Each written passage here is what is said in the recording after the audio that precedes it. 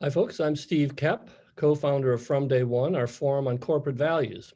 In today's webinar, we'll be exploring a topic that focuses on the journey that many military service members take in transitioning to civilian work, including the training and development programs and apprenticeships that often support successful career change. Our title for today's session is America's Military Veterans, Tapping a Rich Talent Pool. According to the Department of Defense's count, the U.S. has approximately 1.3 million active duty troops, with another 865,000 in reserve. It's one of the largest defense forces of any country. Someday they'll be joining the pool of US military veterans, which now numbers about 18 million, or 7% of the population. As military members emerge from service, they do so with strong skills and character. Yet the transition to civilian work can present challenges. How can employers recruit and train veterans for roles on their teams and careers beyond? What is the role of apprenticeship programs to develop new talent?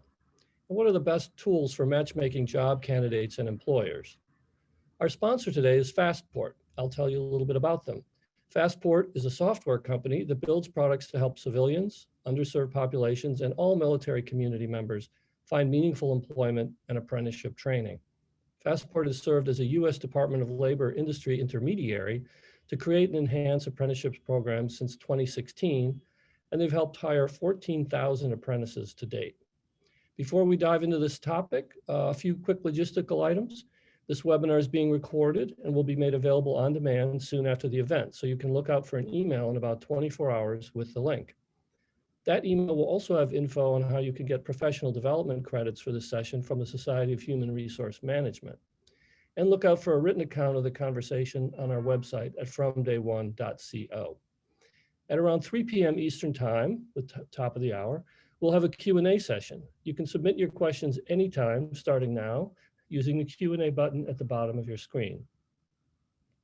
Now I'd like to introduce our moderator, Lydia Dishman, a business journalist who reports and edits for Fast Company on tech and leadership issues and has written for CBS Money Watch, Fortune, Popular Science, and the New York Times, among others. Okay, Lydia, over to you and our guests. Thank you so much, Steve, and thanks everyone for joining us today. Really excited to talk about this.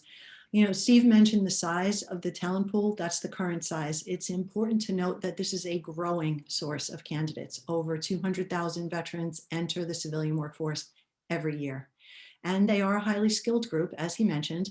For example, military members with bachelor's degrees have the equivalent of 2.9 times more total work experience and are 160% more likely to have a graduate degree or higher. Yet despite the size and strength of this cohort, a recent LinkedIn report found that these workers are often underemployed as compared to civilians.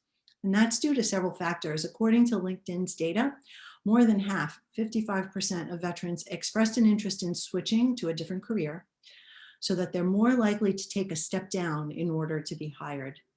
And they face other barriers to full employment based on hiring biases. So for instance, civilian hiring managers don't always know what's behind a military job title or what their responsibilities were. So to discuss how to tap this talent pool and break through those biases, we've assembled a group of professionals whose work focuses in this area. And I'm so glad to see you all today. Thank you for joining us. Dave, I'm going to have you introduce yourself first. Introduce yourself, your company, and briefly explain what your role is in hiring or transitioning military veterans. Yep. Thank you, Lydia. My name is Dave Harrison. I'm the Executive Director for National Apprenticeships and Career Pathway Programs. I manage the DOL contract and intermediary process. I am like Katie, I'm one of the designated SMEs in the apprenticeship space in the planet. That means we can wax eloquently about apprenticeship until you fall asleep. That's all that really means. I also manage military programs, provide specific consulting on how to build military ready programs with employers across all spectrums. I've held that role since 2016. As alluded to, actually the numbers are a little behind that was quoted. We've actually put by the end of this week, it'll be close to 15,000 people to work through apprenticeship programs across 6 different industry segments. In my previous life, before I came here, I designed the first national standard for apprenticeship for veterans specifically to support the Hunt's Heroes program for a small company called JB Hunt Transport to hire 10,000 veterans in a 5-year window. See, folks, we told you these people are experienced. Katie, since he gave you a shout out, I'm coming to you next. Thanks so much, Lydia, and thanks to Dave as well. My name is Katie Adams. I'm the founder of the Apprenticeship Services Group, and as Dave mentioned, I've had the pleasure and privilege of working in apprenticeship now for about 12 years after a lengthy career in financial services. And I like to joke that I jumped into the apprenticeship space before all the cool kids were doing it. And it has been thrilling to see apprenticeship being adopted really as a gold standard for workforce development and talent pipeline development across every industry in the US. I'm currently leading a US Department of Labor National Industry Intermediary Contract for Safal Partners. And that's Dave and I are both leading contracts for groups that are both seeking to expand apprenticeship within cybersecurity and tech apprenticeship programs. So the program that our team is working on is helping employers develop apprenticeship-based programs for transitioning service members, other civilians, whether or not they have a cyber or IT or tech background or not. So it's a privilege to be here with this panel. Great. Thank you. Thanks very much. Julie, how about you next? Yes, hi, thank you. Good morning, everyone. I did have an opportunity to meet David and Katie last year. We went to DC together and I had a chance to meet up with them. And we are working on developing an apprenticeship program in security and cybersecurity. So definitely, Dave, I will reach back to you and follow up and see where we stand. I'm also the regional recruiting director for Allied Universal. And as you mentioned earlier, you know, we are sometimes transitioning and looking for a different type of career. I came from the military. I'm retired, Master Sergeant with 24 years of experience. And I went into workforce development and I worked for the state of California. And then after that, I saw the opportunity just to change roles completely. What I was doing there, helping veterans find employment.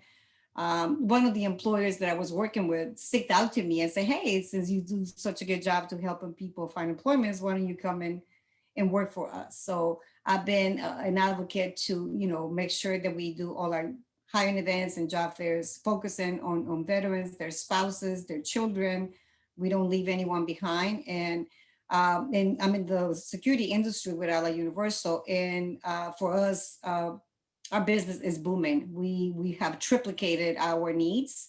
And currently I need to hire 1,800 people every other week. So we've got the jobs. We have seen a lot of veterans transition with us. Just yesterday, I'm super excited. We had a hiring event and we had 7 out of the 14 veterans that showed up were actually hired. Start on Monday and Tuesday, and then the rest of them were offered training opportunities. So we are growing. It's a good industry to get your foot into. And we also have from entry level all the way up to managerial positions. And I did take a pay cut when I first came on board, but within 6 months I got promoted, and 6 months later I got promoted again. And that just proves that, you know, veterans are resilient, that we are always going to, you know, get our foot in the door and take lead and move on. And I'm a product of it. So super excited to be here and thank you for having me. Thank you for that context, really important. And I did want to note that in that LinkedIn report that I cited earlier, Julie, you mentioned your promotion. Veterans are 39% more likely to be promoted earlier than non-veterans. So thank you for providing empirical evidence to back up that stat. Nick, how about you next? Thanks everyone for having me. My name is Nick Curry. I lead AWS's military recruiting, so I work for Amazon Web Services. I'm also in charge of Amazon's apprenticeship program. Since 2017, Amazon's been a registered apprenticeship program through the Department of Labor. Our apprenticeships offer technical opportunities to anybody with any technical skill level, whether that's limited to 0 all the way up to software development. We've hired over 700 apprentices and we hope to hire another 300 more this year. So I'm excited to talk about all the opportunities we have for veterans, transitioning service members, and of course, our military spouses. It's so awesome to hear all of this hiring news. It's like the bright spot in a very somewhat dark economic time. So thank you for that. Last but not least, Delaney. Thank you, Lydia. I'm Delaney Rea. I'm the Driver Services Manager at Melton Truck Lines, which is a human resources role. Melton is a premier flatbed company. We haul all over the 48 continental United States and into Canada and Mexico as well. So we specialize in long haul flatbed and step deck freight. As far as my military involvement, about 5 years ago, I took over our state level apprenticeship program, which we were offering to veterans who wanted to come in and start out their trucking careers.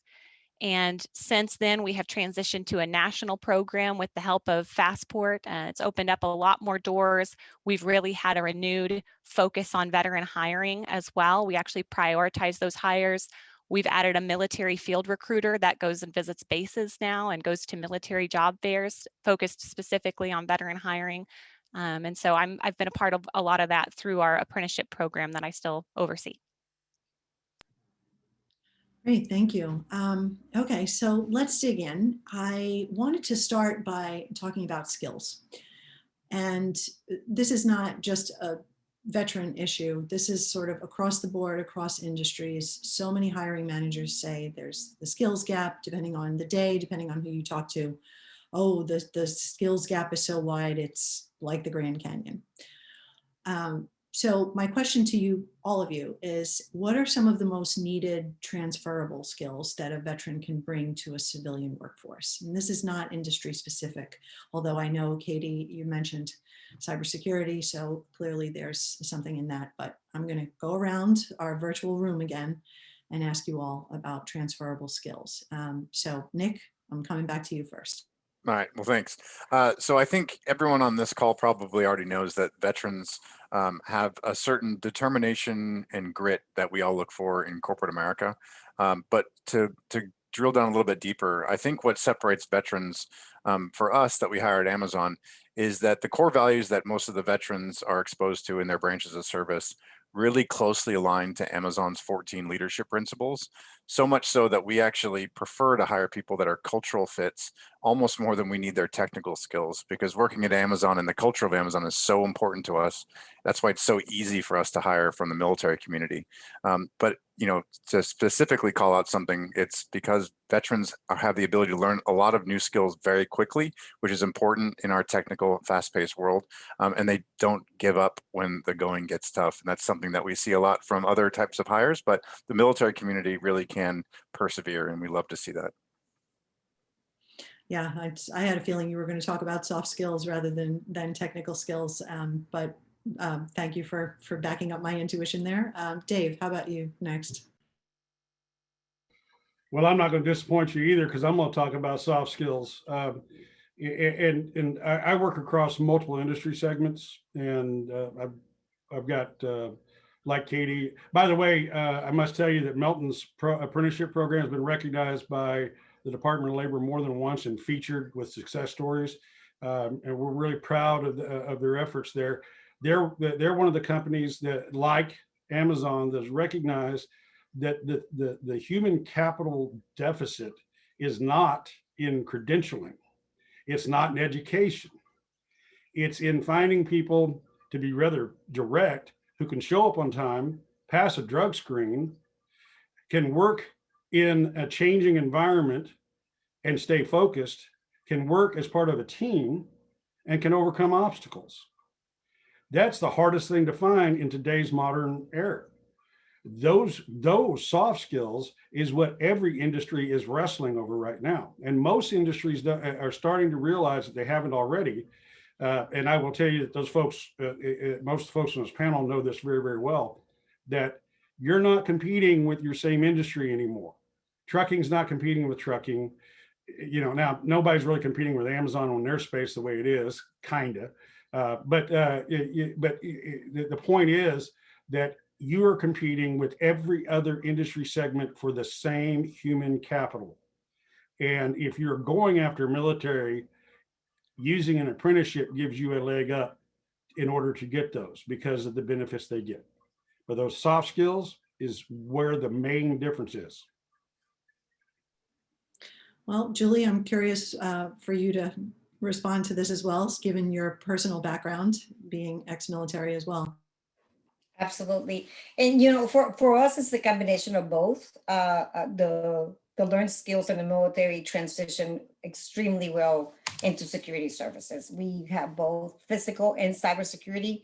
And the first thing you learn in the military is, you know, to be mindful of your post. You never leave unless you properly relieve from. So that's 100% accurate of a military person. And that's one of the main skills that we need in security services.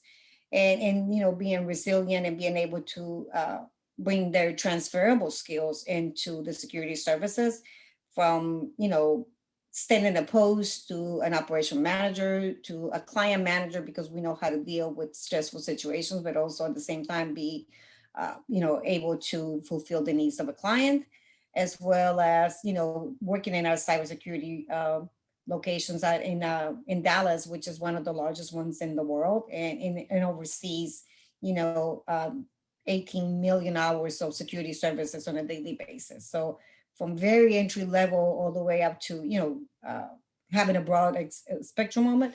But we also looking at the soft skills. And Dave, I'm definitely coming back to you because I want to complete that you know, that training with you, and I want us to take it to the next level, because we want some of our current security officers and the ones that are in the process to move on and get promoted and get bigger and better things, and also utilize the funding that is available there through GI Bill. That a lot of times, you know, going to college is not quite the right path for military, as well as the, you know, one of the main reasons I joined the military, because at my early age of 17, I did not have the aspire to go to college. I wanted to see the world, get away, and you know, don't have any more restrictions like I had at home, and I had curfew, not realizing that all of that was definitely going to be instilled in me once I got in the military. But that was the foundation that built who I am today. And I was able to use my educational benefits later on. But I've seen a lot of transitioning, you know, veterans as well as spouses that don't even know what to go for in the educational arena. And so using something transitional like we have at our company, you can greatly benefit from it, because not only you are utilizing your funding, but you can also get a job and increase and improve on it. Thank you. Okay, Katie, what transferable skills can fill skills gaps right now? Yeah, I think it's a great question. And I think it is, you know, you sort of this amorphous skills gap. There's this looming skills gap, but what actually is the skills gap?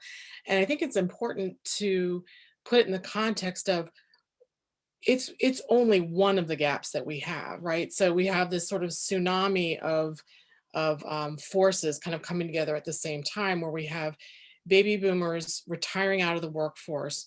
We have rapid evolution and adoption of technology across every single industry.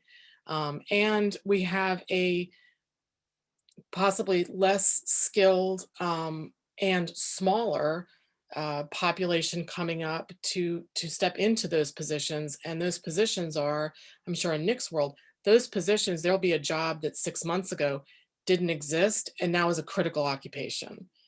And so I think the skills gap is, at one level, to Dave's point, it's also just a person gap. I mean, you just need sometimes sheer volumes of people that have the willingness to work. I think every employer that I've worked with prior to this contract, I was involved in federal contracting and a national industry intermediary in transportation, distribution, logistics, as Dave knows well. And a lot of the apprentices especially in maritime occupation, shipbuilding, repair, modernization, it was an easy transfer to make from, you know, from a Navy position into that world. what we're seeing now is that employers, because they have this people gap in addition to a skills gap, are really having to break away from traditional methods of recruiting, hiring, evaluating talent. And so they're really having to look more broadly at what are the skills, credentials, certifications, what do those credentials and certifications mean? They need to learn what military ratings mean. The employers that are going to succeed are the ones that do their homework to figure out, what do those ratings equate to? All right, well, if someone, was an artillery in the Army, don't write them off. There's a lot of logistical, there's a lot of technical work that they've done, and they have the capacity to turn around pretty quickly and do that in a different environment. So I would say every employer that I've worked with, they'll of course cite veterans' core values of discipline, of accountability, understanding chain of command. But I would say one of the unique things within the cyber and tech space is it's also really helpful that veterans understand and have an appreciation for a sense of threat, meaning a digital or a cyber threat in the workplace, that they understand the need to be able to assess vulnerabilities. They need to be able to understand what an enemy's potential is, and to be constantly thinking, a couple clicks ahead. Okay, what is my enemy looking at in terms of our enterprise and seeing as a possible vulnerability to exploit? And that's something that comes second nature to veterans, that does not, obviously to most civilians. I think also within cyber and tech occupations, the discipline of being able to navigate long periods of just daily work, daily routine, the coding, the checking, the pen testing, whatever it is, punctuated by absolute flat out emergency and being able to rally really quickly and having a sense of a need, ability to perform.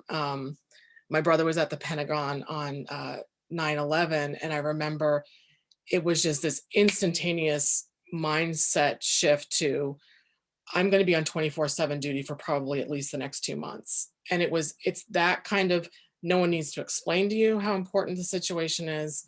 And that's crucial. And not just within a cyber and tech environment, but really every industry has a greater sense of their sense of competitive or actual, digital threat. And so veterans bring that awareness. It's invaluable in the workplace. Great, that's a lot of food for thought, and I'm coming up with another question. But first, I want to get to Delaney and get her take on skills gap versus transferable skills. Thank you. Yes, and I really am reinforcing a lot of the same sentiments that have already been stated, but we have found that veterans fit very well into our culture because the pride they take in their work. We have a culture of excellence at Melton Truck Lines, beyond just needing to be compliant with all of the Department of Transportation rules that they have to follow. We also are a flatbed company, so there's a lot of securement that goes into it, and there's a pride in how well they tarp their job and what it looks like. I mean, they have this culture of representing us well and being part of a larger team that is absolutely demanded. We can find people with Class A licenses, but if they don't take that pride in their work, they're actually being more than just not representing us well, but they're also being unsafe. And veterans, we've found, with that pride they take in their work and doing it the right way and representing the company well and representing their coworkers well, they are just the most outstanding employees that we've been able to have. And that understanding of hierarchy as well, and understanding what the driver manager's role is, what everyone else's role is in getting this load moved from point A to point B. There's so many hands in the pot to accomplish the goal, and veterans tend to understand their role in that, and how to communicate across all the groups to accomplish it. So I'm thinking about this, and you've all cited some, similar type of transferable skills, and certainly that, resilience and grit, huge. We've seen that our entire workforce over the course of this last year in response to the pandemic has needed more grit and resilience than ever. We've seen the need to be able to be nimble in chaotic times. You know, you just don't know what the next emergency is going to be.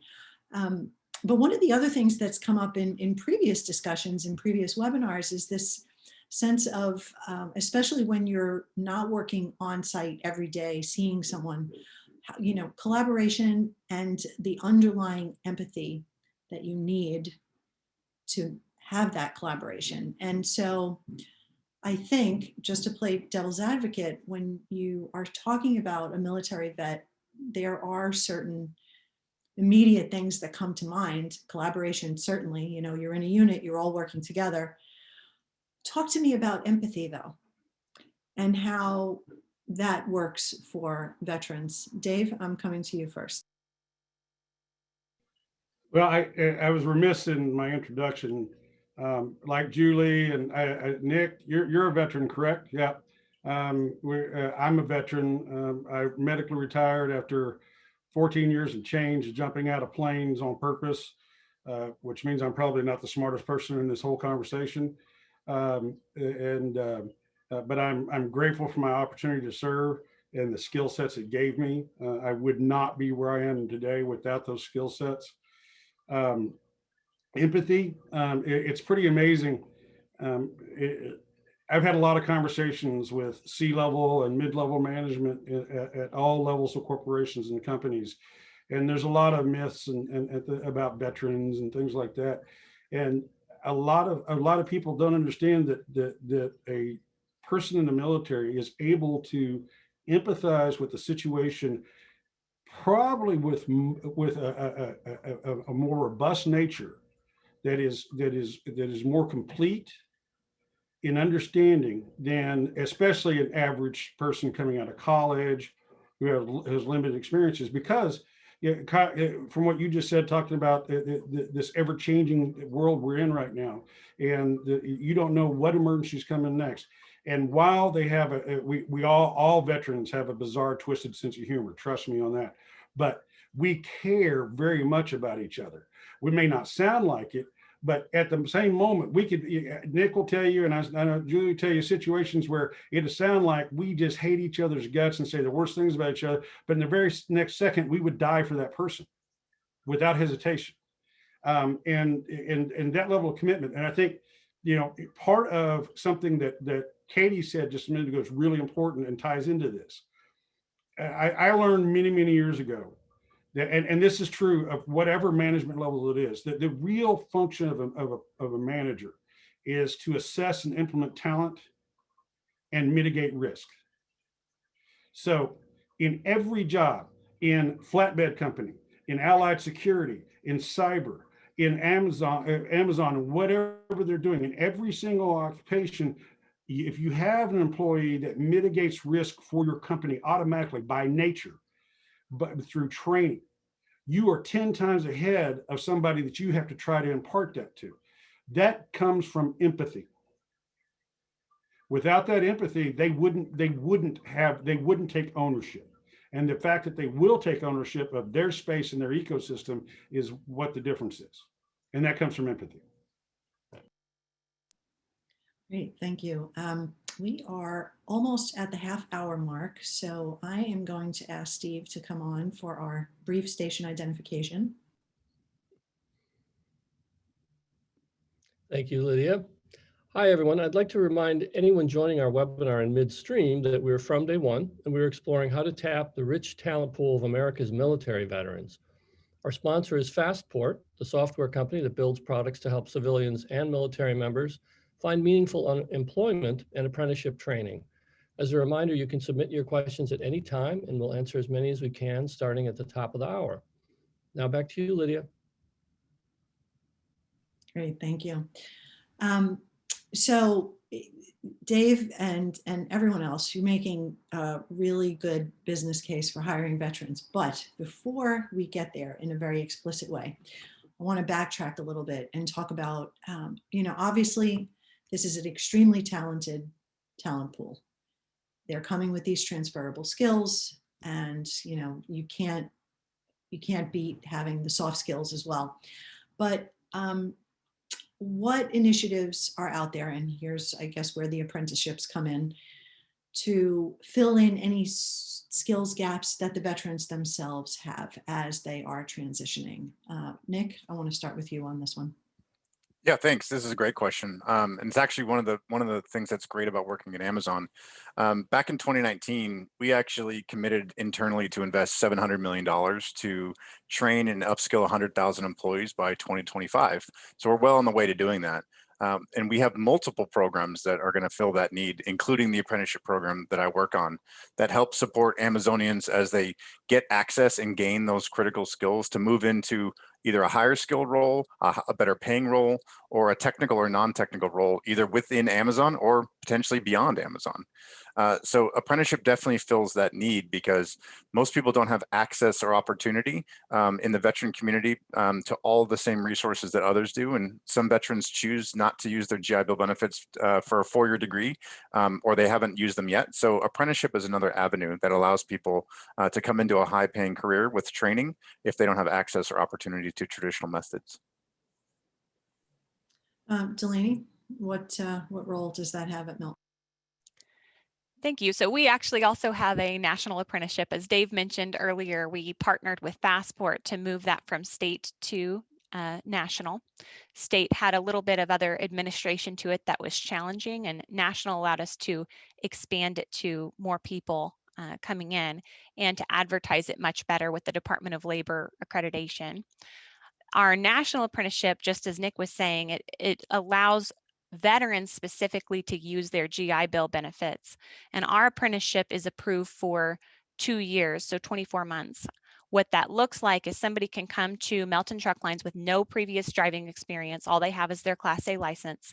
We have built a training program where they go through an orientation, get some hands-on training. It's very interactive. And then they actually go out one-on-one with a trainer as well for several weeks. Beyond that, they get into their truck solo, but we have ongoing virtual training that they get assigned monthly through a Melton app. So a lot of this we had structured already. Some of it we improved through working with Fastport and also over time and understanding what people needed to be supported. But since our veterans who have GI Bill benefits are also enrolled in this apprenticeship program, they're receiving their GI Bill benefits over that 24 months as well. And it's based on the monthly housing allowance, which I know is getting a little technical. Our veterans on the call certainly know what that means. But the monthly housing allowance is how the VA determines what amount a veteran can receive monthly for being in a program. It's based on the cost of living in that area and some other factors. And so our program is based out of Birmingham, Alabama, because that's one of the areas that we hire and train drivers. And so regardless of where they live, we run them through Birmingham, Alabama. And on average, our veteran drivers are receiving close to $25,000 over that 2 years, in addition to their pay at Melton Truck Lines. So that has been a huge factor in both being able to recruit and retain veterans, and then to be able to upgrade their skills. And while they're in that learning process, it's padding their income. So our drivers are paid by the mile, which makes it variable income until you really get your rules down and understand how to do the job, trip plan, securement. So that helps pad their income over that 2 years and kind of graduate them into this job without taking that pay cut you were referring to earlier that they often have to see when making a transition. Excellent. It sounds like a great program. Katie, what's the upskilling picture? Yeah. Well, as anyone, watching this webinar, participating in this webinar knows, our COVID just sort of leapfrogged digital adoption. The things that couldn't be done, that where employers are being told couldn't be done in 3 years, all of a sudden we're done in 90 days. And so along with that digitization, that digital adoption, it's basically 10x kind of the boundary for what employers are now willing to look at in terms of remote work, in terms of introducing AI into the workplace, augmented and virtual reality. I mean, it's just, it's mind, I mean, it really is mind blowing how quickly this universe changed overnight. That being said, there are just huge needs to make sure that within moving so quickly to adopt all this digital technology at a scale and a pace we've never seen, that we have people who have skills to be able to help companies protect their digital assets. And so, as I'm sure folks have heard, there was a little incident with a company called SolarWinds not that long ago, which kind of revealed at a large level that we have a very long way to go. We need a lot of people being pulled into cybersecurity in these tech occupations. Even folks who don't necessarily have cyber occupations, they still need to have a cyber or cloud understanding of the work that they're doing, because all of our, companies, our public agencies, our state agencies, just this last week or a couple of days ago, there was a water treatment plant in Florida that was hacked. And so we need people to come in and be upskilled quickly, either incumbent workers, folks that are maybe a veteran, they're already working someplace, but they need to be upskilled with cyber capabilities, or transitioning service members coming into the civilian workforce for the first time. So through the contract that I'm leading for SOFL, we're partnered up with the Cyber Future Foundation.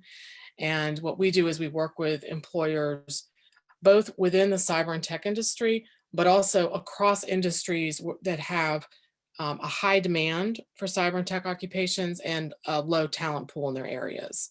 So we're working with those employers to create a broader and more sustainable talent pipeline. We're doing that through the registered apprenticeship format.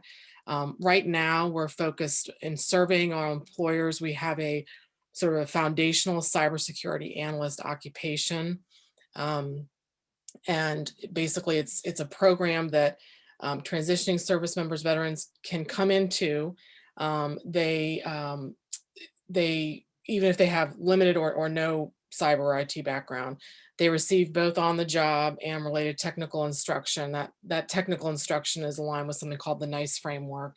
And they become skilled, certified, and experienced cybersecurity analysts. And that training is provided through the contract at no net cost to the employer or the apprentices. It's a competency-based program. The training's been developed with some of our leading curriculum leads in our team include Diana Kelly, who's the former cybersecurity field CTO at Microsoft, Dr. Diana Burley, Vice Provost for Research at American University. And it's a combination of online courses taught by cyber executives and professionals, as well as virtual labs, assessments, certification exam prep, live online sessions. Then we also have a society of mentors through CFF, where apprentices are paired up with mentors. And that's to help provide another layer of support for them, even outside of their work environment, so that they have an ongoing sort of networking, professional development, relationships, but they can also reach directly out to these folks to say, hey, I'm really struggling with this in class. And in my workspace, there's no one that really kind of knows where this is. So we're offering that, and those positions then can lead to sort of stepped apprenticeship programs and other occupations like an app developer, software developer, engineer, cloud operations engineer, data analyst, or scientist. But I think it's important too to make sure that folks know that apprenticeship, I've heard it say it's sort of like, well, if you don't think you could go to college, or if college isn't for you, I think it's important both for the value of apprenticeship to be understood, that regardless of where those courses are being taught, whether those courses for an apprenticeship program are being taught at a community college or internally by the sponsor, those courses are usually of college level rigor. I mean, this is apprenticeship programs, it's hard work. And that's part of the reason that veterans thrive, because they understand it's putting in a full day of work and then it's taking courses.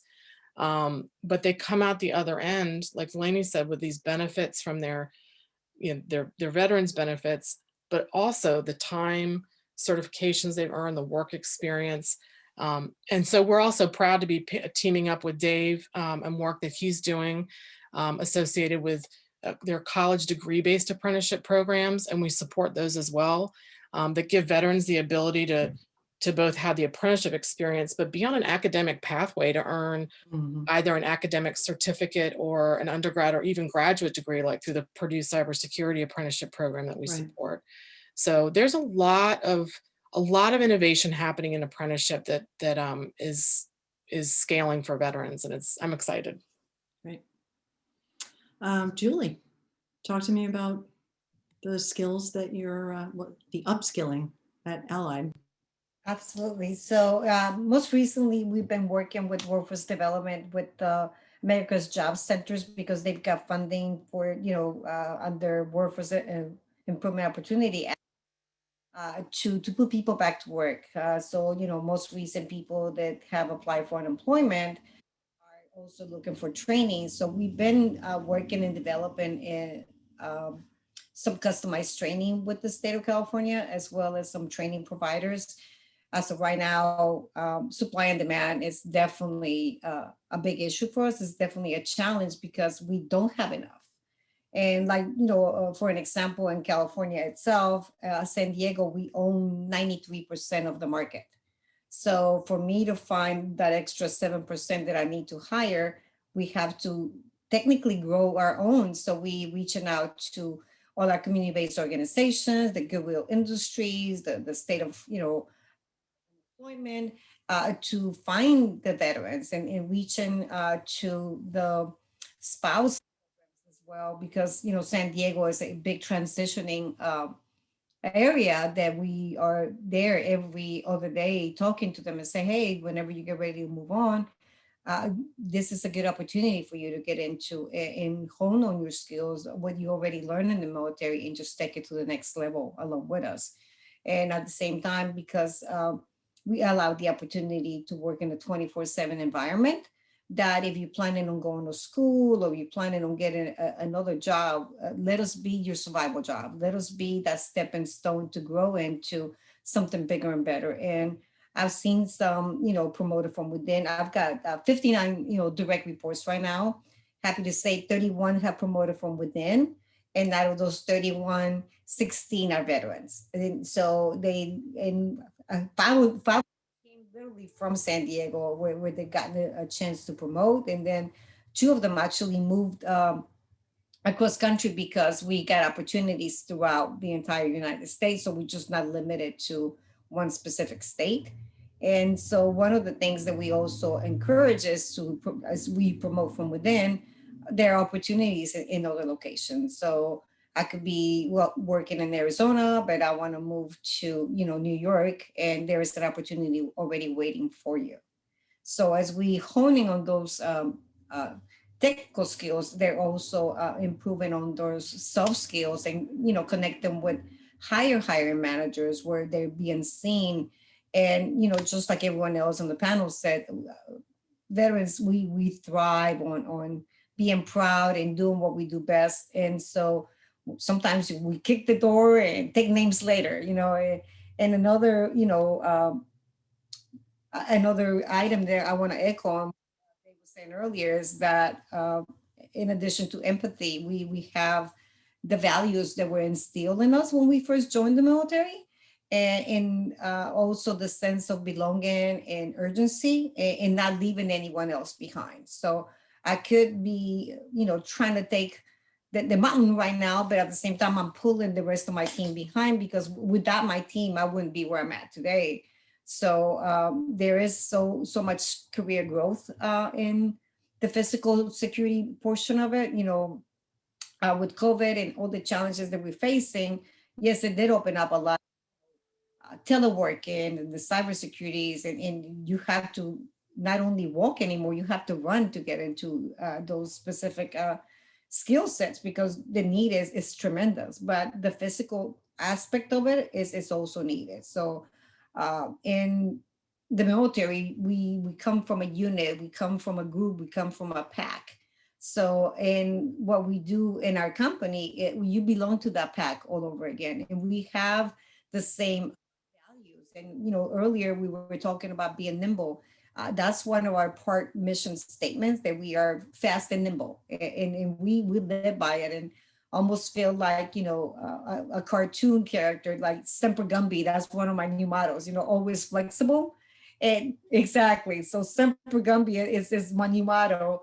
But I've seen that with our veterans, and I see them how they glow, how they flourish, and they surpassing me. And just recently, a couple of the ones that we have hired, that came in just to get their foot in the door because they were going to college, and at the same time they were honing on their skills.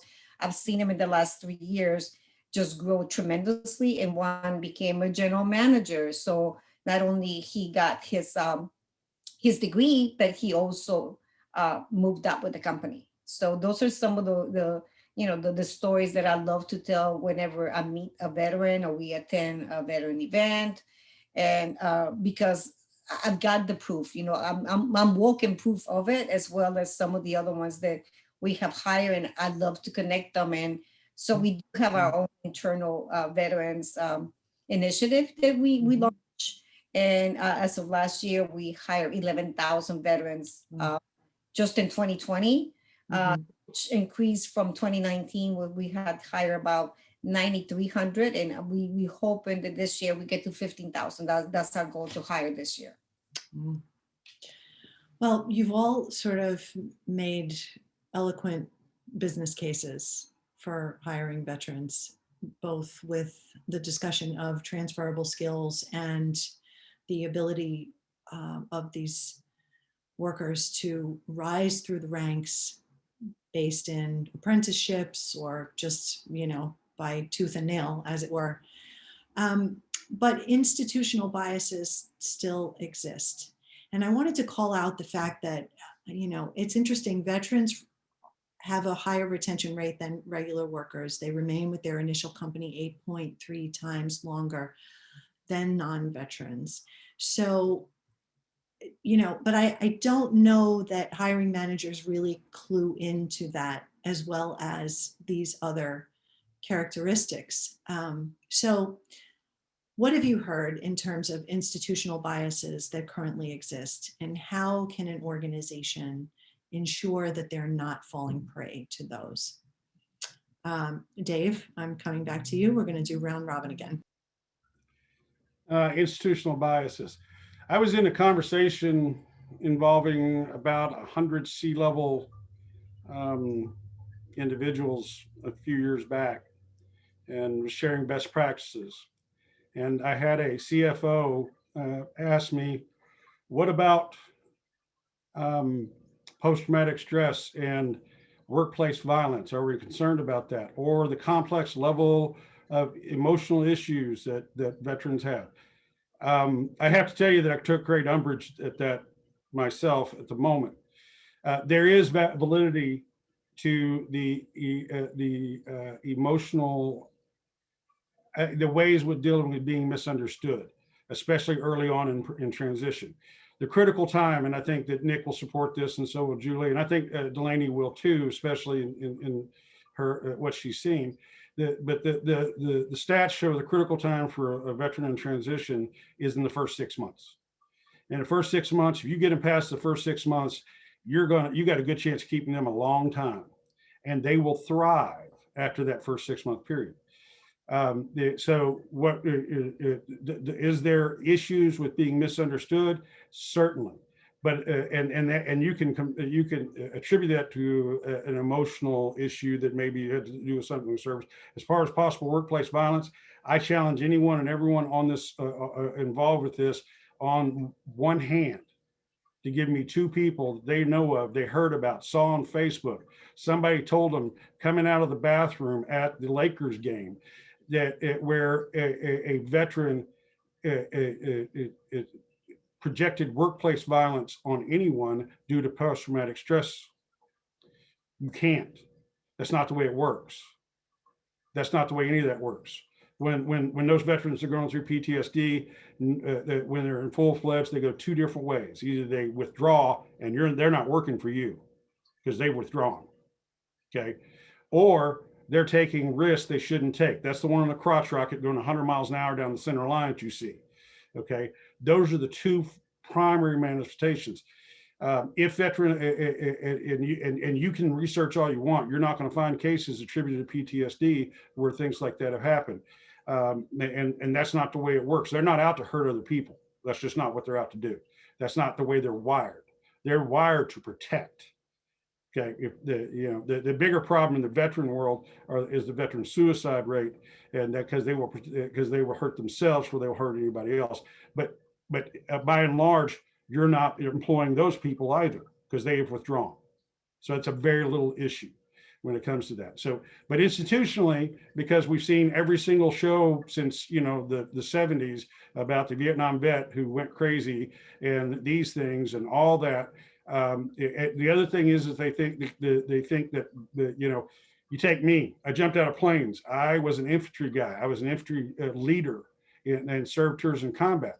I literally had an HR person tell me, "What skills do you have that I can use?"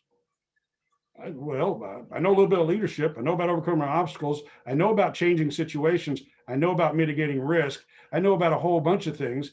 Main thing I know is I know how to lead. I know how to follow. I know when to get the heck out of the way.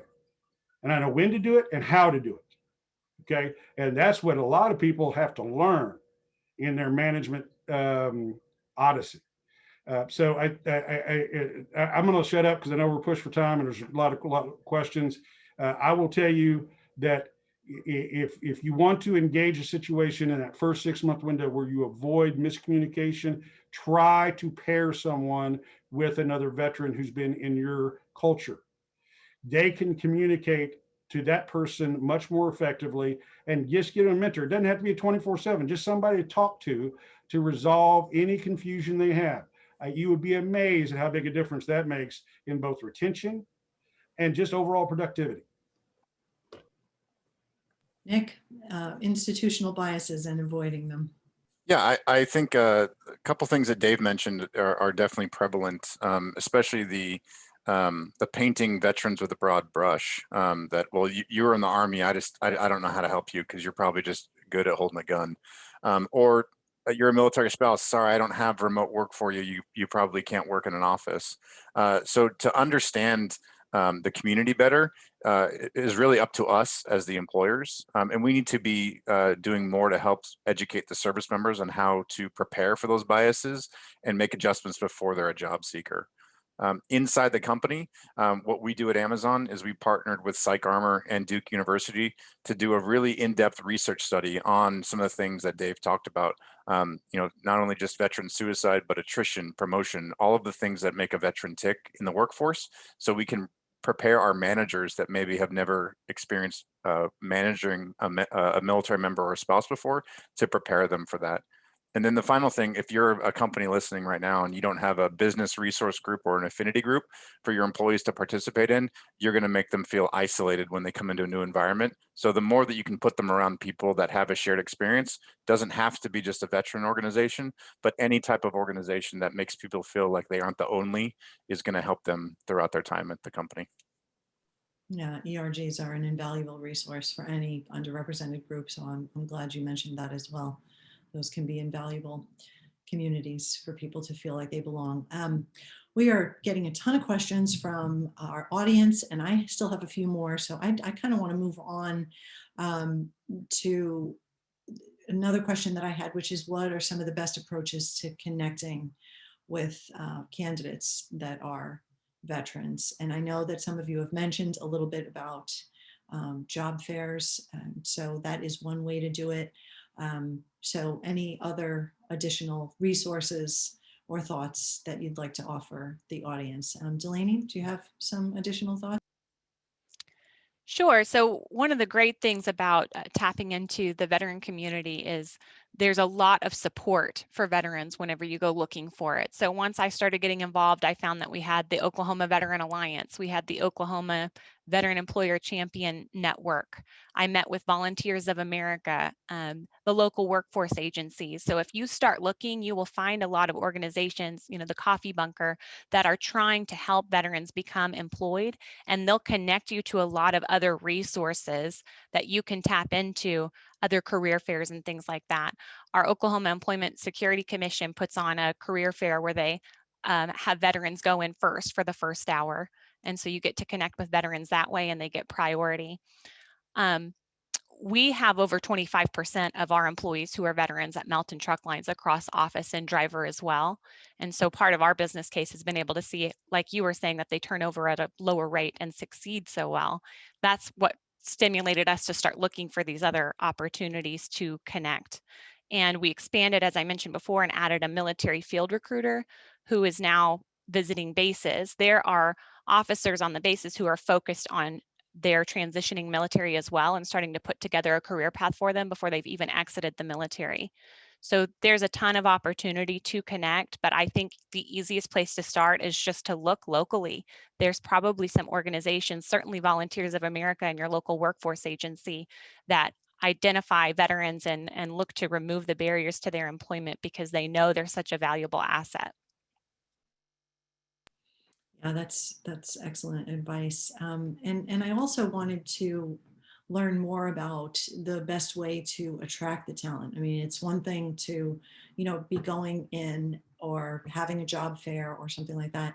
But in terms of what the employer can offer a transitioning vet, what is the best way to attract talent? I mean, is that a benefits package type thing? Is it learning and development opportunities, all of the above? Someone raise their hand and want to go first on this one? Go ahead, Dave. Career pathway. If you can articulate to a transitioning service member and their family member that there is a career path, that they can, if they desire to, move within your organization, they can evolve. That's really important. It's easy to articulate because everyone listening has had those conversations with someone who wants the executive washroom keys the day they come out of college or the day they're transitioning. You know, I just showed up and I'm special because, well, I'm special, you know, and every one of them have these conversations. And I have tough love conversations and have had thousands of them with transitioning military and their families where they'll say, well, my TAP, and TAP is a source, the Army or military and transition programs are sources for everyone, by the way. But I've had their TAP counselor has told them that they could make this, or they'll make that, or they'll be able to do this. Well, it's the same thing as somebody telling somebody at college that you do this and you're going to make $20,000 more. Well, you will once that position's actually open and you earn your way into it. So these tough love conversations where we've looked at them, and I know Nick's had them. I know he has. All right, where he looks at him and said, "Yeah," and I know Delaney, and I know their military recruiter pretty well, and I know he has. Where he looked at him and said, "Look, we got those jobs. Well, somebody's in them. You didn't start off in charge of the platoon on day one when you came out of basic training. You're going to have to come in there and figure out how things work and figure out the situation and how to implement yourself and just show what you can do." You have to have that conversation with them. And then when they do, if you articulate some sort of career pathing, and we talked about upskilling earlier, incumbents are great, a great source for apprenticeships, especially in the veteran set. And you can bring them in at an entry-level position and then use them as an incumbent into an apprenticeship for something with more skills or something else. That's done all the time, and it's very effective. And if you can articulate, you know, look, these things are available. I'm not promising you're going to get that, but I promise you those opportunities are available. They respond to those things. And if they see those things and they see the reality of it. The other thing is, and Nick talked about this, and so did you talk about employee resource groups. In the military group, the best advertising any employer can have is to take care of someone in transition they brought in. Because that word of mouth to the next people that they served with will mean much more than $1 million worth of advertising all day long. Yes, everyone that served in this conversation right now, and they will tell you that if someone else they knew they served with said, this is a good place to be, that's gospel. It's the truth. They believe it. And so that's the other thing. So veteran employment resource groups, trying to marry a mentor process where it doesn't have to be one-on-one necessarily. You can just have somebody who volunteers out, and I've done this with employers, where the employee resource groups has people who are familiar with your culture, who are veterans, who make themselves available in case somebody, especially in that first 6 months, it doesn't understand what's going on and they need to talk to someone. And so those things are important. Thank you, Dave. We've got another minute. So Katie, do you want to add a thought to this before we put it over to audience Q&A? Yeah, I think coming back to something that Nick mentioned early on, culture matters. It matters a lot. And I think for an organization, for a veteran to their first engagement with an organization, to see representation is really important. I mean, for a company needs to invest, they need to do some homework and figure out, to Nick's point, AWS has figured out, all right, it's not enough that we just say, come work for us because we're AWS. We want to make sure that veterans see themselves in our workplace. And so I know even, AWS has great videos of veterans talking about, why it is that they came in, why they chose this pathway. And so I think representation matters. I think culture matters, where a hiring manager, a hiring manager can sit down with a veteran and say, oh, I see that you're, fill in the blank, whatever their MOS was. And then to say, well, hey, I know that means that you've probably got this type of experience, which maps to these positions. I mean, that's just huge for a veteran to feel like they're not the one that has to do the constant explaining of how they can meet an organization's needs, but that the organization has at least met them halfway and done their own homework. In the same way that every organization, will throw on the job requirement, must have a BS in computer science, must have 5 years experience. Well, you know what? There may be someone that comes out of the Army that had work in cryptography. They have the equivalent of a bachelor's, a BS degree in computer science. Sure. You just don't know it. And so it's up to the hiring manager. Again, the traditional methods of recruiting, evaluating, and hiring talent aren't working.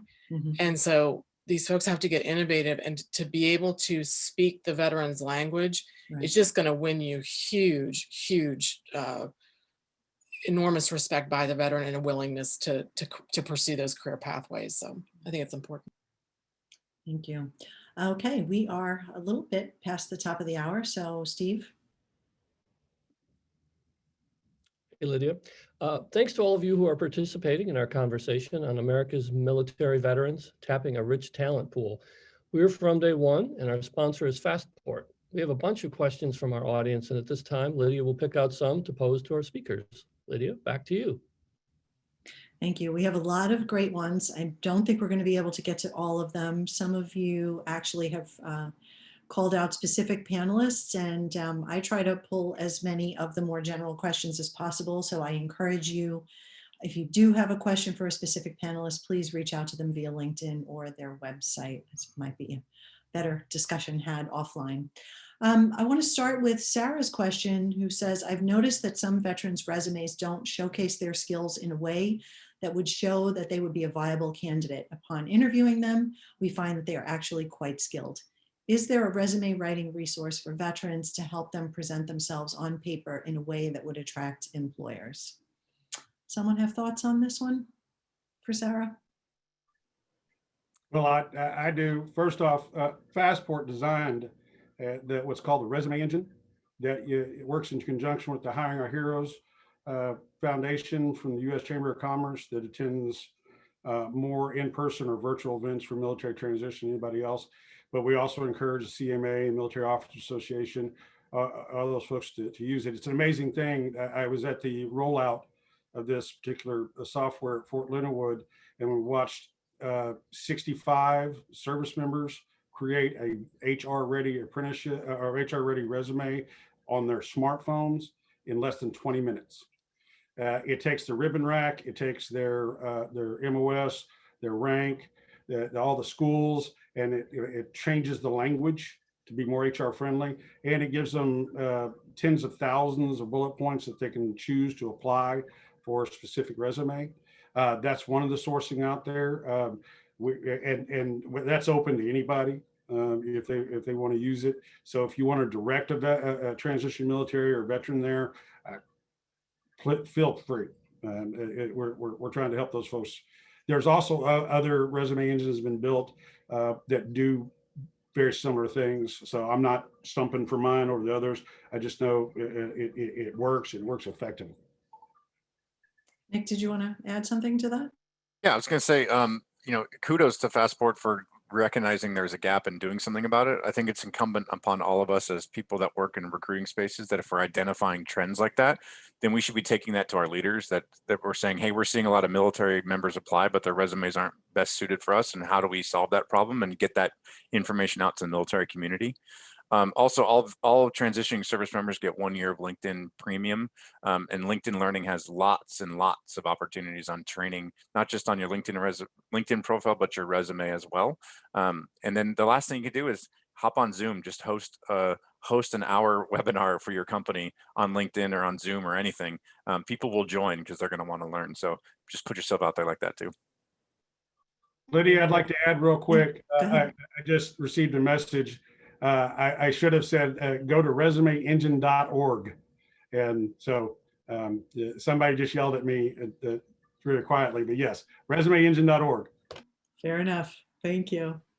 Shauna, one more one that I'd like to add, it's Own It. You can actually put your military specialty nomenclature on it, and that would completely translate all of your skill set where you see everything that you don't give yourself credit for. So Own It is a extremely good site, is government sponsored. So for example, if I was in the Army or the Marine, I would have an FS. If I was in the Air Force, I would have an FSO. But you enter your nomenclature in whichever level you were at, it literally translates all of your skill sets and gives you credit for everything you've done. Oh, that's a fantastic resource, because I had said at the beginning that a lot of civilian hiring managers don't understand what a military title is and what is wrapped into the responsibilities for that. So thank you, Julie, for that. Here's one for all of you proponents of apprenticeships. What are best practices in setting up an apprenticeship, and what are the operational mechanics to ensure success? That's from Shauna. Thank you, Shauna. Who wants to start with this one? I'm happy to. Dave and I could probably, and Nick, we could probably all do this in our, actually all of us could do this in our sleep. I think organizationally, it's really important to define what occupation you're creating the apprenticeship program for. And it's important to understand that even though you're going to set the pre-qualifications for that occupation, that this is a work-based training program. So it's not just hiring another pool of people doing that job. It's hiring a pool of people that have shown exceptional potential for growing into that occupation. And honestly, if they complete an apprenticeship program, they will be on a manager supervisory leadership track because of the rigor that apprenticeship requires. So I think it's important to understand very clearly what occupation it is that you're training people for, connecting that to a career pathway so that it doesn't, it's not like the moving walkway when in the airport, like, please be aware this thing's about to stop and you get thrown off. I mean, the whole point is you've invested into this pool of people and you want to seamlessly roll them into full-time employment following that program, because you've invested in them, and it's not just the time on the job and the classes, but it's the mentoring, it's the culture fit. So that's important. I think it's super, super important to develop a base of partners to support an apprenticeship program. An employer cannot maintain a successful, sustainable apprenticeship program on their own. They just can't do it. They need to identify some key stakeholders to partner with, that have a vested interest in workforce development. So to Julie and Delaney's point, we're also talking about working with your local workforce boards, both for engaging job seekers, accessing funds and sources of resources. Also working with your community and technical colleges and four-year colleges as well, depending on the occupation. They can be fantastic partners. You know, and again, looking into the federal government has pumped a lot of money into the marketplace to support apprenticeship over the last several years. And so, for example, the contracts that Dave and I both lead, our sole work on those contracts is to come alongside employers and help them set up successful apprenticeship programs. They're grant programs in the same way. And I would encourage all employers, you can go to apprenticeship.gov and there's a whole list of resources and ongoing contracts and grants, and take advantage of those resources. And because literally the Department of Labor is paying and funding these initiatives to help employers do just that. Delaney, do you have some operational mechanics that would ensure success on this So question? Katie covered almost all of them. The only thing I would add is that I have to advocate for Fastport a little more here as well, because they really will help you put together all the paperwork and walk you step by step through the process on both the Department of Labor and the VA side. The other thing that Fastport has done exceptionally well is kept up with their success stories and their successful companies. And so I know myself, Dave has asked me to connect with other trucking companies who are considering apprenticeship, and I will speak with them directly and help walk them through it, because the goal is to help veterans, right? I mean, I'd love for them all to come work for me, but ultimately I want there to be more apprenticeships and more opportunities other places. And so you'll find that a lot of companies who have similar apprenticeship programs to what you're needing to build are more than happy to collaborate with you and help you build your own for your company as well. So you really have someone else sharing the reins with you. I'd like to add something. I'll be very brief because I know we're trying to get through a lot of, here. One of those programs the DL is paid for is the intermediary process. That's what Katie and I are. We act as intermediaries for industry sectors. I encourage every one of you, because apprenticeship is so modifiable to your needs, that there's not one paintbrush answer that's going to answer that question. You need to, and you don't have time to become an expert in all facets of apprenticeship. That's why the intermediaries exist. That's why I exist. That's why Katie exists in this space. Reach out to me. If you're not in the sector that I manage, then I will get you to someone who does, who's an expert in apprenticeship and how to tailor it to your company and give you technical assistance. We can't tell you everything you need to know in this setting, but we can show you how to do it. It's not complicated if it already exists. And if it doesn't exist, then there's a whole nother process. But there's 4 or 5 answers to every question. Get with somebody who knows what those 4 or 5 answers are. And Katie's shaking her head because that's the best thing to do. Great, thank you. Kimberly has a conundrum. She says, I recruit volunteers for a nonprofit, and we know that veterans are wonderful matches for our organization given the nature of our mission. My question is, what tips do you have to attract veterans to our organization and our needs, especially since I don't have any amazing salaries to offer?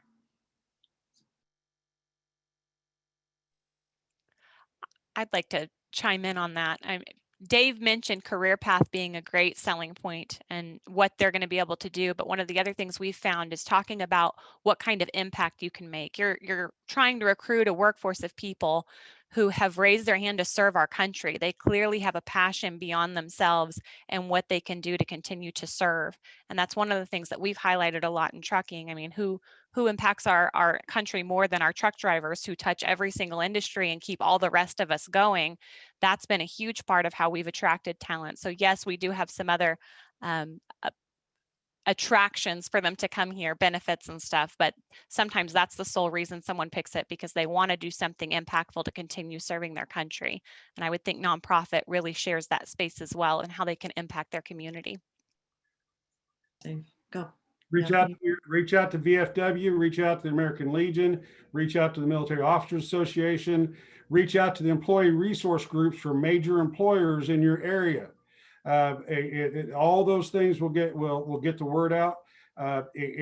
Most of those veterans, once they get to the point where they're pretty balanced in their life, like to find something greater than themselves to throw themselves into. Several of our attendees are still wanting more information on the best places to find veteran candidates. So for example, Ryan is looking for a nationwide option rather than a state-to-state option. Melissa is asking, outside of Veterans Alliance, local workforce programs, and military transition program, are there other organizations that have proven success in connecting with military veterans? Yeah, we have a bunch of those. So let's go around again. Dave, you want to start with this one again? Well, first off, I'm going to plug my own organization because we have direct connectivity through apprenticeship.org with candidates all the time, because we represent many different companies that are participating in apprenticeship and work-based learning models with the transitioning military. So nationalapprenticeship.org is where we route those folks to, and our employers can go look at those candidates, or we can send candidates to you. But that's a whole separate conversation. That's one of the major spaces. I got to tell you that while local is great, it's a small pond to fish in. You shouldn't fish necessarily for just the old guys like me. You need to look for the transitioning military, because that's that population you're really going to make an impact with. And you don't have time to be at every single job fair necessarily, unless you have a devoted team to doing that. But you can work with others who are there. And so we'll try to connect you with that. And I'm sure that others will, because Nick wants everybody to come here, go to Amazon, they can get, and, Katie wants everybody to go into cybersecurity, and we will feed everybody to anybody that will put somebody to work in an apprenticeship program, veteran or otherwise.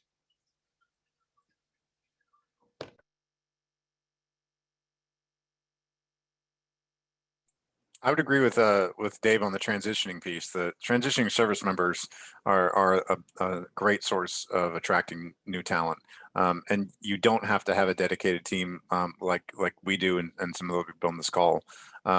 You can use the power of LinkedIn, and there are so many LinkedIn veteran groups that you can advertise on for free about all your jobs. And one thing about veterans, they love to share opportunities.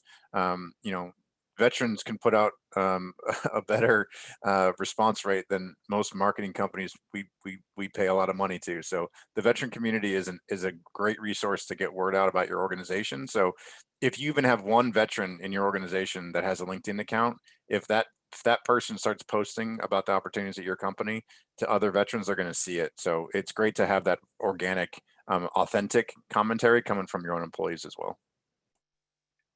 It's great context. Thank you. Lydia, I know that Dave mentioned, or sort of in passing mentioned, the U.S. Chamber of Commerce.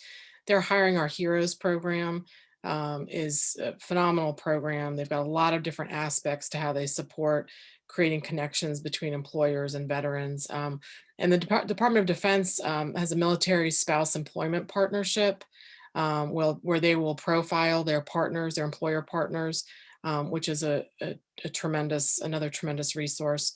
And then lastly, even though it's local, not national to the questioner's point, but again, I would encourage folks to connect with community and technical colleges or four-year colleges in their area.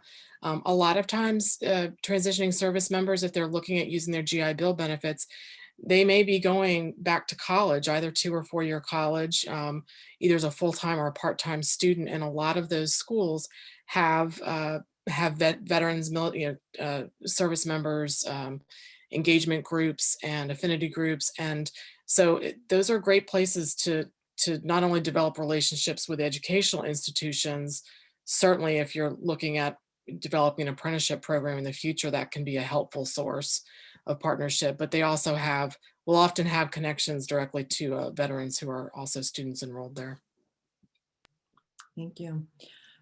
Chris has a question that was actually on my original list that I didn't get to, but you had all mentioned something about military spouses. And Chris's specific question is, what are some resources or best practices for connecting with military spouses? And my original question was, what approaches have you used for attracting military spouses as well? So I think we can go around again. Nick? Yeah, so I'll say listen to what the military spouse community wants, and if you can, accommodate them, because if you're not hiring military spouses, you're missing out on a fantastic set of candidates that have different skills that are going to really impact your organization. So, a lot of military spouses are connected to active duty service members, and so they do need a job that is portable or somewhat remote. So if you have the ability to do that, great. I highly encourage you, if you don't, to really look at why you can't make some jobs that are not entry level, or just maybe ones you can do at home, like customer service, but why can't you have some more higher skilled roles remote? Because that's really going to get you a resource available. If you are in a major city where there is a military spouse component in a large military base, it's a great opportunity to connect with your local base to offer those opportunities directly to the spouses that are out there. But the best thing you can do for military spouses is listen to what they need and see if your company can make them up. We created an entire apprenticeship for military spouses. We're encouraged to apply because it was going to be remote. And so we heard that enough that we made a solutions architect technical apprenticeship that we wanted to make sure our military spouse community knew that they could apply to, because it was a portable role they could take anywhere. And if we've learned anything this year, a lot of our jobs are portable, more than we thought. So Julie, you had mentioned military spouses as well. Do you want to add something? Yeah, we belong to a lot of social media platforms where we connect with a lot of the groups for military spouses. So I've made sure that each one of my military recruiters, as well as our regional recruiters, to join all of those groups. And like Nick said, listen to them, listen to what they're looking for, invite them to come in and connect with them, even if it's just via Zoom, and offer them the opportunities that we have. We also are partnering with a lot of the state local agencies to get the funding so they can get a no cost training and then make it viable, and also use those transferable skills that they learn as they travel abroad. And also, usually a spouse emulates what you learn from your own spouse. So if I am in a leadership role, my spouse also is emulating what I'm doing. And in fact, my husband many a times tell me, "Hey, stop being so army today. Relax. It's okay." But when I get together with with my own brothers and sisters out there, I see that the spouses are exactly the same as we are, because what they say, birds of a feather will always be something that you can relate to. So being able to relate to them, listen to them, and want to connect with them, what the opportunities you have, you'd be surprised how they all come out and join you. And we also take it a step further, because we are looking at our transitioning veterans who not only have their spouses but also their kids that are of age to start working, and don't quite have that niche for the what they're going to do. Especially, I just turned 18, graduated from high school, don't know what I want to do. We've got entry level positions for them, and connect with the state resources, because there's a lot of youth funding between ages to 18 to 24, where they can get the funding available for training, not only with our company, but many other companies out there. Great, thank you. Sarah wants to know, Delaney had mentioned the veterans using the GI Bill during an apprenticeship program. Where would a company start if they wanted to implement that into their apprenticeship program? Are there specific requirements that a program must meet? You're all sort of nodding your heads, but go for it, Delaney. So yes, there are specific requirements it must meet, but one of the benefits of going for a national apprenticeship, which, as Dave has mentioned, they can be an intermediary between you and the Department of Labor to help set that up, is the VA will automatically recognize a national apprenticeship that's approved by the Department of Labor. So the first step would be to set up your national apprenticeship through the Department of Labor, and then to apply to the VA to have your apprenticeship recognized as a program that veterans can attend as an educational opportunity to receive their GI Bill benefits. Dave, is there anything you would add to that?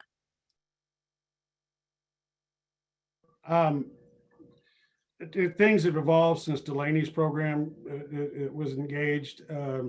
It was interstate commerce at the time. The Valor Act has changed how that process works. Quite frankly, the Department of Labor are not experts at this at all.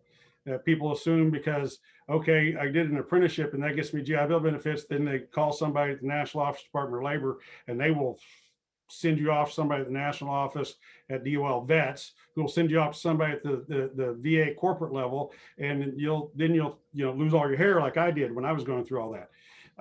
There's some process steps to it. We have a guide because under the Valor Act, you have to get approval in the state, generally speaking, where your corporation resides. However, there are exceptions in the way to do that, except done with her company in order to provide the best opportunities for veterans in transition. The process can vary. It's like everything else. It can vary by state and who you're dealing with. Some states are easier to deal with than others, but we can tell you what the process is supposed to be and how it's supposed to work. Now, once it's approved, it's easy. All you have to do is certify hours that a veteran worked one time a month. And the electronic format they have now, unlike the old days, and Nick probably remembers this, when we fax those things in and never know if they got them, and you'd lose your mind and have people yell at you. But it's an electronic form now. I type with 4 fingers and I can do one in 30 seconds. Okay, and certify the hours. So it's not an administrative drain whatsoever. It's pretty easy to do. That's great. I'm sure that's very encouraging.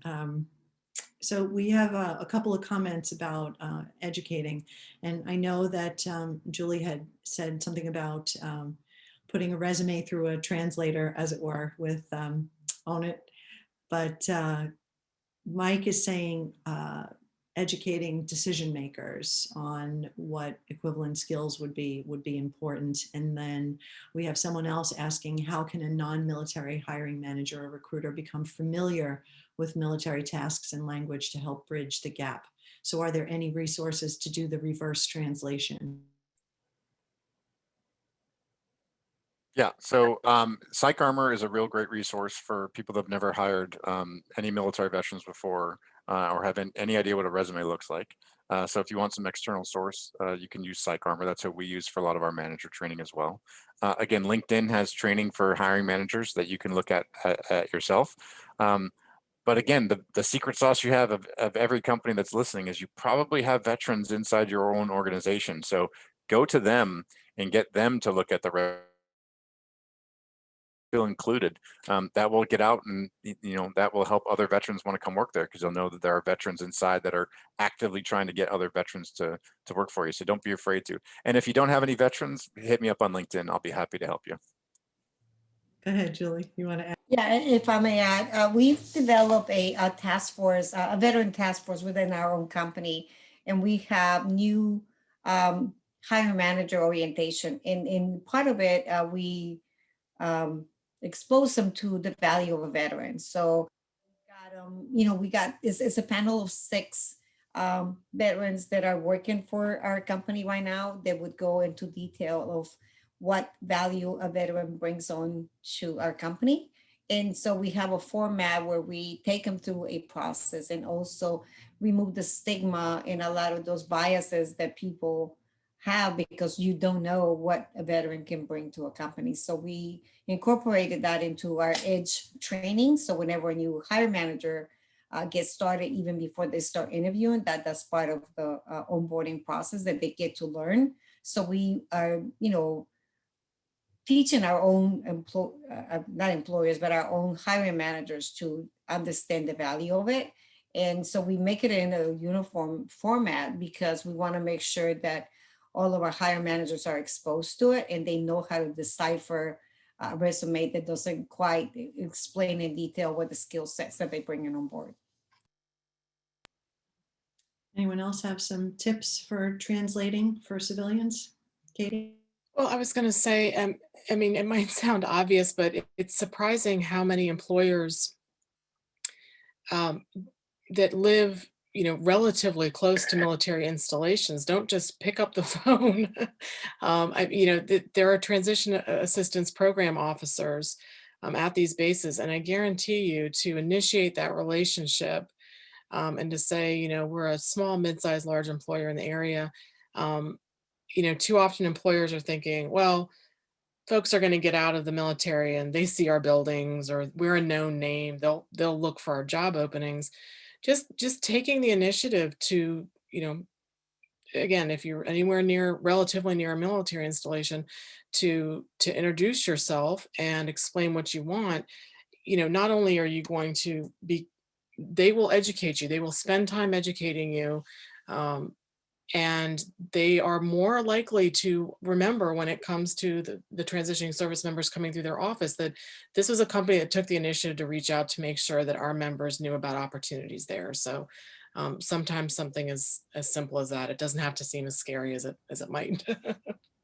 Thank you. No, that's important to remember. Well, fortunately, that's all the time we have. So I would encourage those of you who did not get your questions answered, please reach out on LinkedIn or via everyone's website. And thank you all for being here. Steve? Yes, thank you, Lydia, and thank you to our speakers. That was a great conversation, and it's relevant to millions of service members, their families, and their prospective employers. Thank you again to Fastport, our sponsor, and to all of you for participating today. If you'd like to join us for more virtual events, you can head to our website, fromday1.co, and check out more of our upcoming webinars. On Wednesday, February 17th, next week, we'll be doing our monthly full-scale virtual conference with panel discussions and networking. The focus is on creating a culture of purpose amid uncertainty. On Tuesday, February 23rd, we'll have a webinar titled History in the Making, the Future of Black Leadership in Corporate America. Thanks, everyone. Stay well.